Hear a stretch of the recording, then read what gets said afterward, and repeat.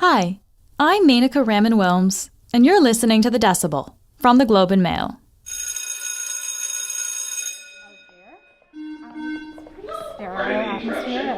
Those students that were part of the Globe and Mail interview this morning, if you could please meet at the front of the school, just outside. In 1 minute, we're going to be taking the photo of those students. So if you were in the Globe and Mail interview this morning, if you could please go to the front of the school, we'll be taking a photo in 1 minute. Thank you. This is Westview Centennial Secondary School. It's in the northwest of Toronto.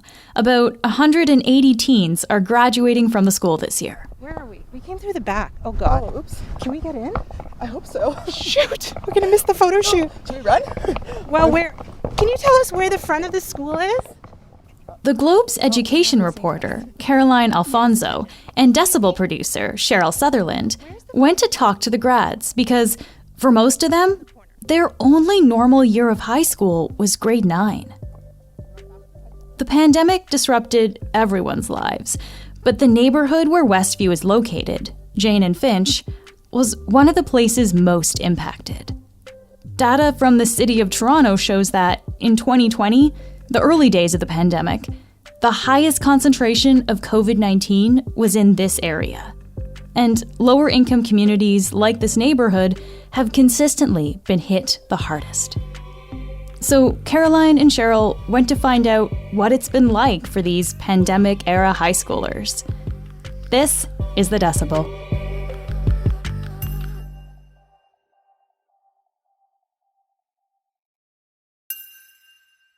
Look who it is who just walked into the office. We got Sherrill is here. Sherrill, not to forget about you as well, we need you to come down to get your photo taken as well at lunch. And Sherrill's going to be a busy man because tomorrow at 2:15, the warm-ups... Caroline and I are in a big space at the far end of the school.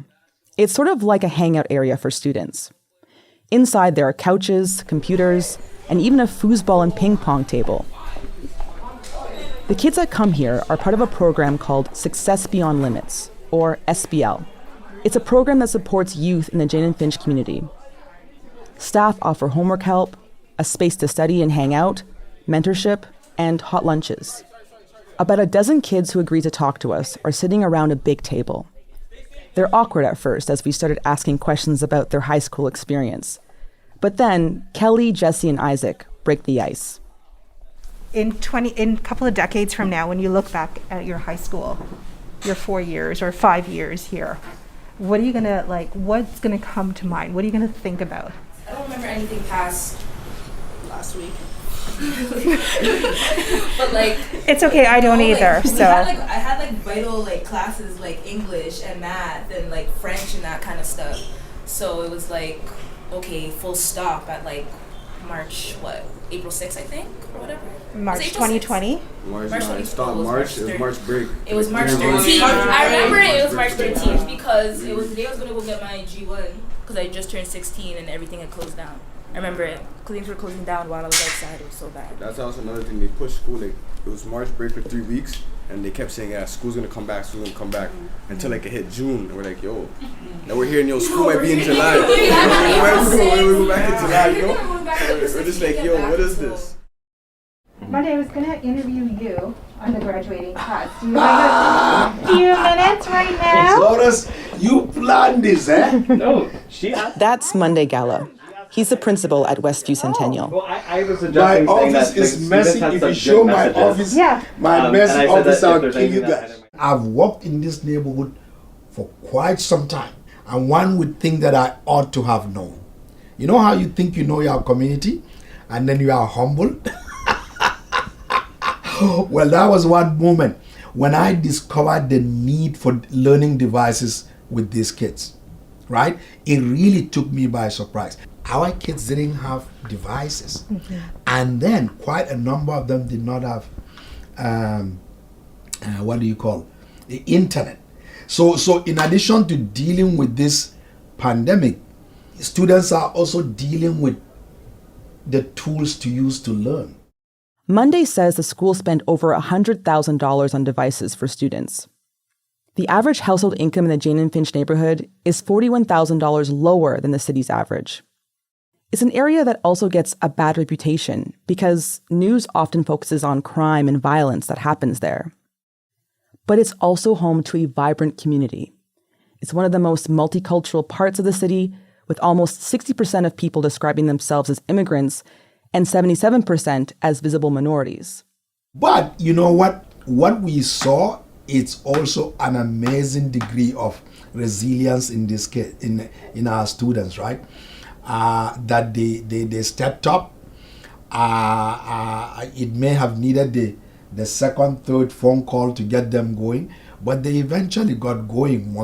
Most of our kids, and did what they need to do to stay afloat.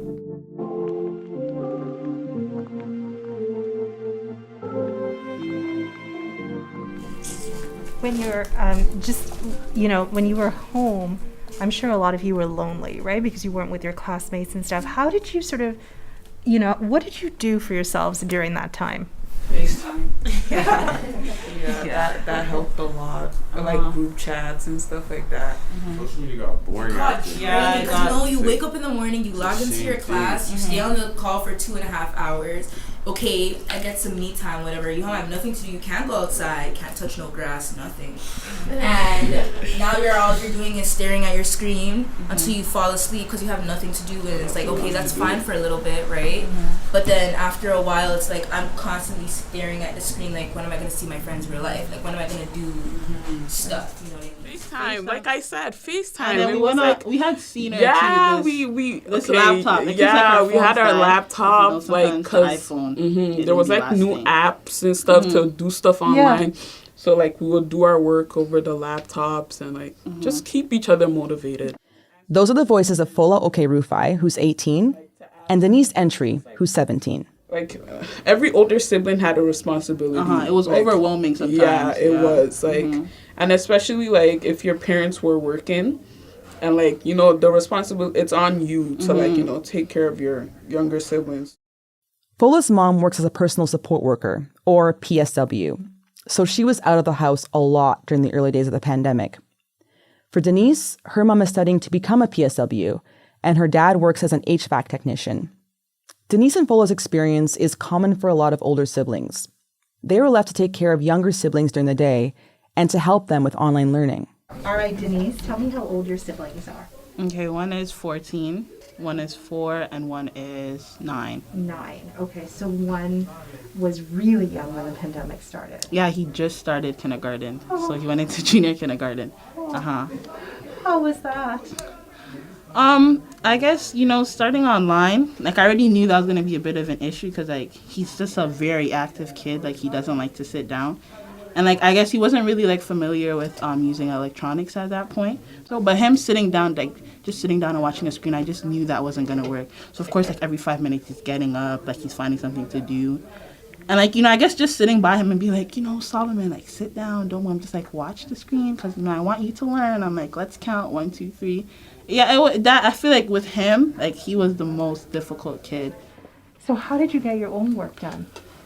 I would have to pull like a lot of all-nighters. So if I would have to stay up till like 11 to 2 a.m., 11 to 6 a.m., like I would do it.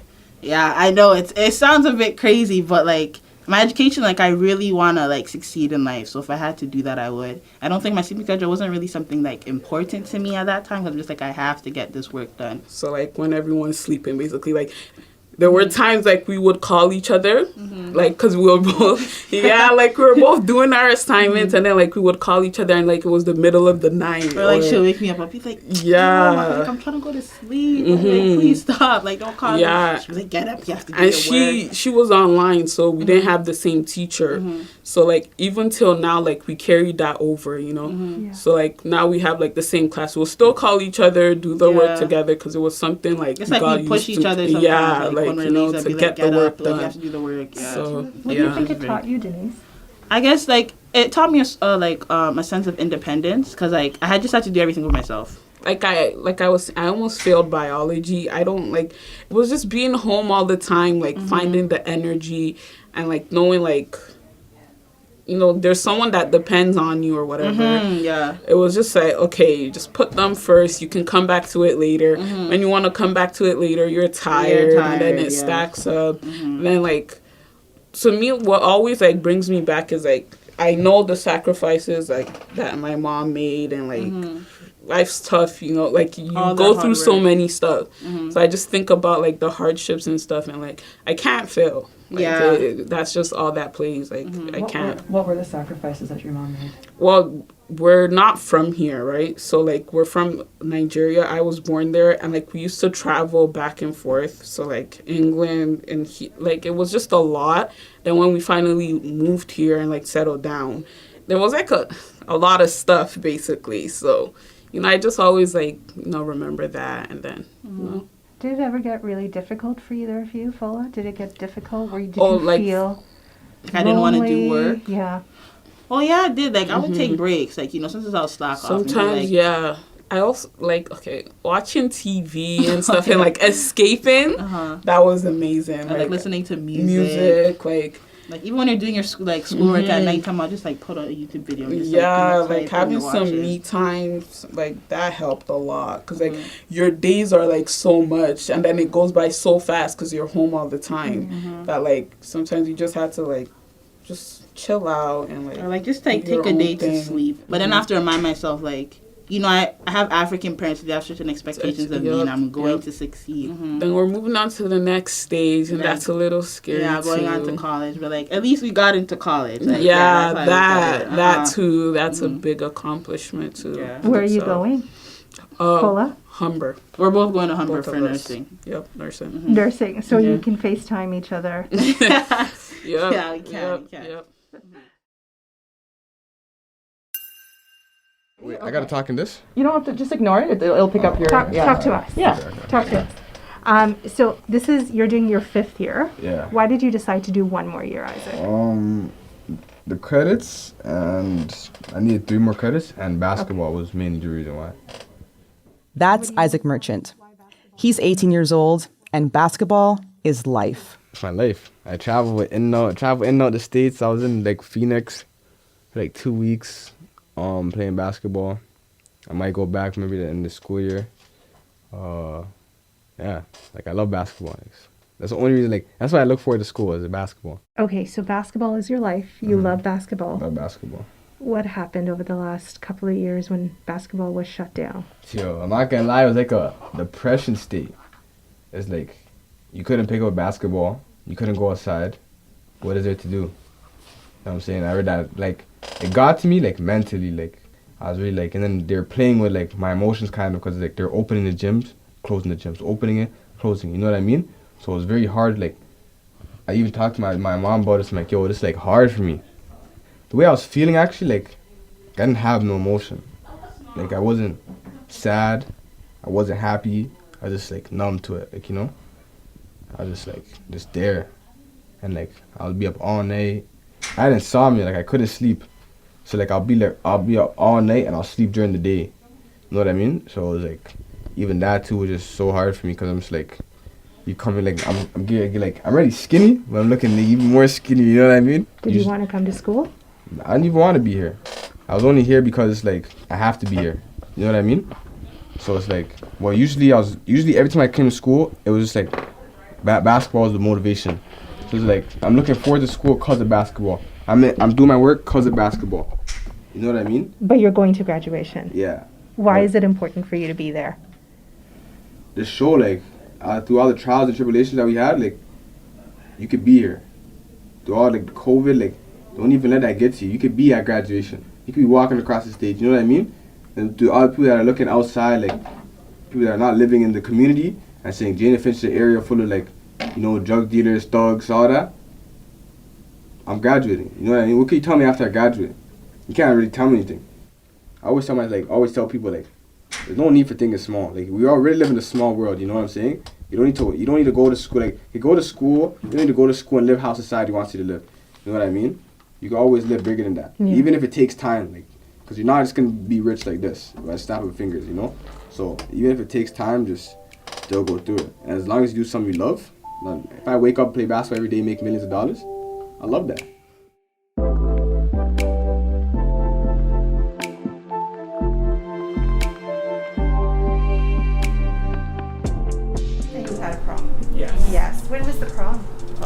3 weeks ago. May 26th. I didn't like it still. You didn't like it? Why? The food was so bad. And the music was DJ. bad for The so DJ. long. Yeah. You know when they're waiting for like the music to get better, Yeah. like throughout the night, and it just never It just happens. goes right down. It's downhill. It just goes downhill. Okay, honestly, when they were saying, I don't think it was as bad. Okay, I Tyshawn, feel you're like lying now. It could You're have been. boosting It could have it. been better, but like Very it much was. better. That's Tyshawn Grant, who's 18 years old, and Kavini Balbad, who's also 18. We did it. We went to prom together. It was my prom date. He was your prom. Oh, that's so nice. Yeah. Like, We matched colors, like a sort of baby blue kind of color. I would love to see a Purple. picture. and Tyshawn even got me roses to Aw. match. Oh, that's lovely. Still have the roses in my room. They're wilting, but I'm like a box. I want to put it in, just Yeah. So yeah. When you look back at the last 4 years, what comes to mind for you? Like how has it been? Roller coaster. Did COVID make it harder? COVID made everything harder. Couldn't even see my friend over here, Tyshawn. Like, God, COVID make everything harder. Like, everything. Like, just imagine being trapped in a home where you don't want to be. Like, it doesn't feel like a home. It feels like a prison. And like all your outlets are just cut off. Like, you're just there, Oh, sorry. And every day I would go home, like, and every time I would step out the elevator and I'd see the number on my door, like, I would be happy at school, and as soon as I walk, and from the elevator I could hear my grandma and my mom arguing, and our door's all the way at the end, and it would just make me, like, so I used to come here early in the morning, be at school, then when school is done, come to SBL, stay at SBL till SBL shut down. Which was what time? 5:30. Yeah. 5:30. Oh, okay. Yeah. Then I would take my sweet time to walk home, like sweet time. I developed like anxiety.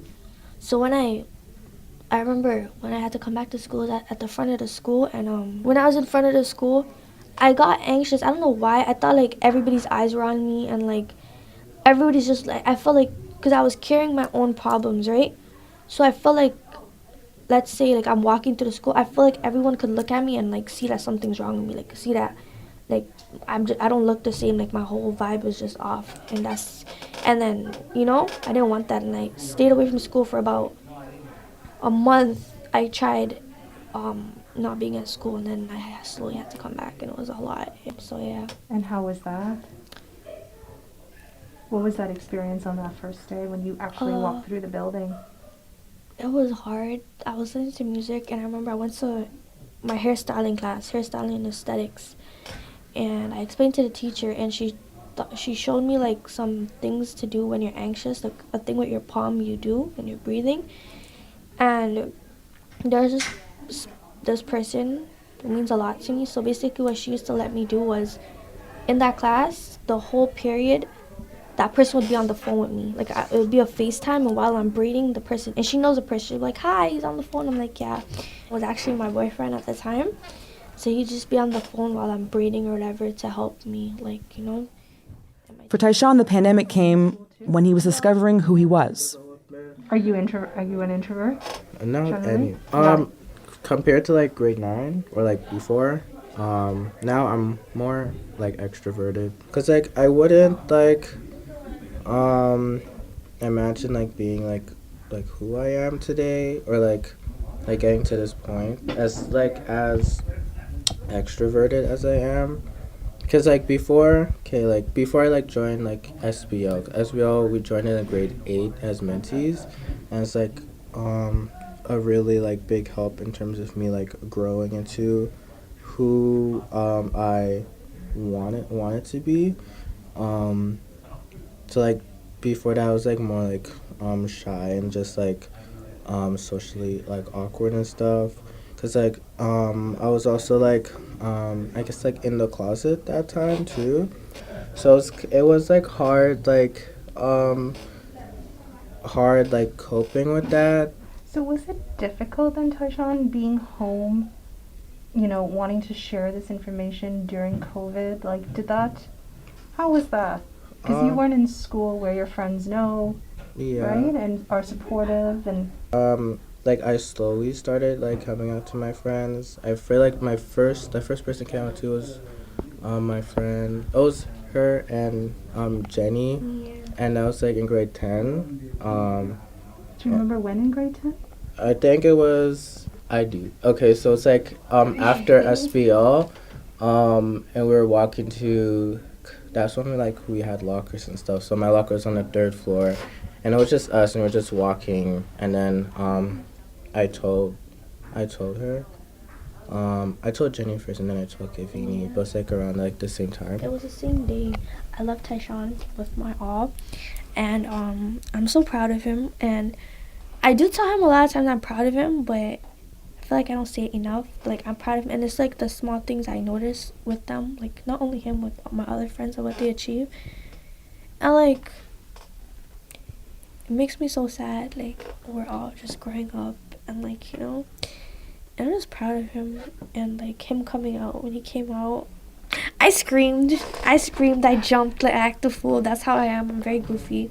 I was like, oh my gosh, I don't call him Tyshawn. I say Shamar. It's my name. I'm like, Shamar, oh my gosh. Ah. I was all giddy, and I was jumping at the back of the school like a little clown.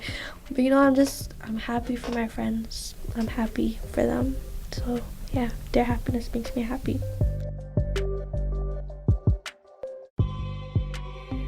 That's it for today. I'm Sherrill Sutherland. Thanks to Caroline Alphonso for her reporting and for letting me tag along. Thanks also to Westview Centennial's principal, Monday Gala, and one of the vice principals, Brandon Zoras, for inviting us into their school. A big shout out to the grad students who spoke to us. Yes, of course. I'm just going to go around the circle, okay? Tell me your name and how old you are. Jessie, I'm 18. What's your last name, Jessie? Wycliffe, yeah. Okay. Say Jessie. Jessie Wycliffe. Fola Okerufai, 18. Denise Entry, 17. Isaac Merchant, 18. Chris Nanraj, 18. Joshua Shum, 17. I'm going to go this way. Okay, thanks. Haley Rivers, 18. Kelly Lee, 17. Sorry, I'm going to go around this way. Tyshawn Grant, 18. Tanika Mohan and Kavina Balbad. Congrats and good luck. Menaka Remen-Wilms is our host. Our summer producer is Zara Kazemi. Our producers are Madeline White, me, Sherrill Sutherland, and Rachel Levy-McLaughlin. David Crosby edits the show. Kasia Mihailovich is our senior producer, and Angela Pacenza is our executive editor. Thanks so much for listening.